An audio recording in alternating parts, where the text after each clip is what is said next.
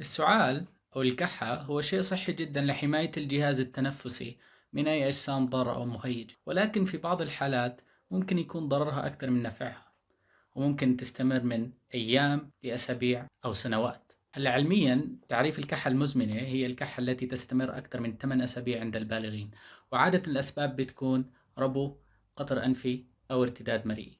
هلا في بعض الحالات ممكن المريض ينوصف له أدوية لجميع هاي الأسباب وما يستجيب، وهون بعد أخذ السيرة المرضية وطلب الفحوصات اللازمة لاستثناء أي سبب عضوي آخر ممكن نوصل لتشخيص اسمه Sensory Neuropathic Cough أو الكحة العصبية.